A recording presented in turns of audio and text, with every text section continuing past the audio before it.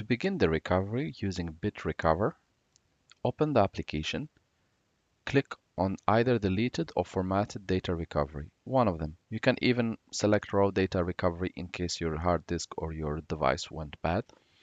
For now, I will just choose deleted data recovery. I'll select the device that I want to scan. So we need to locate our device, this PC, letter E, size 185. Letter E, next.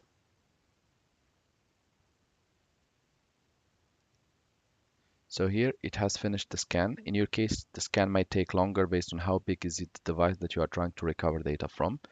And here, as I can see, that there are several files. And for me, I'm mostly interested into recovering a PNG. So this one,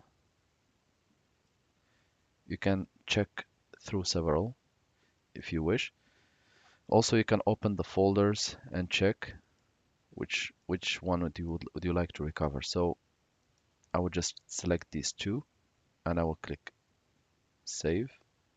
Sorry, I will click recover. Select data recovery path. So I'm gonna put it in another folder, D, okay, and I will click OK.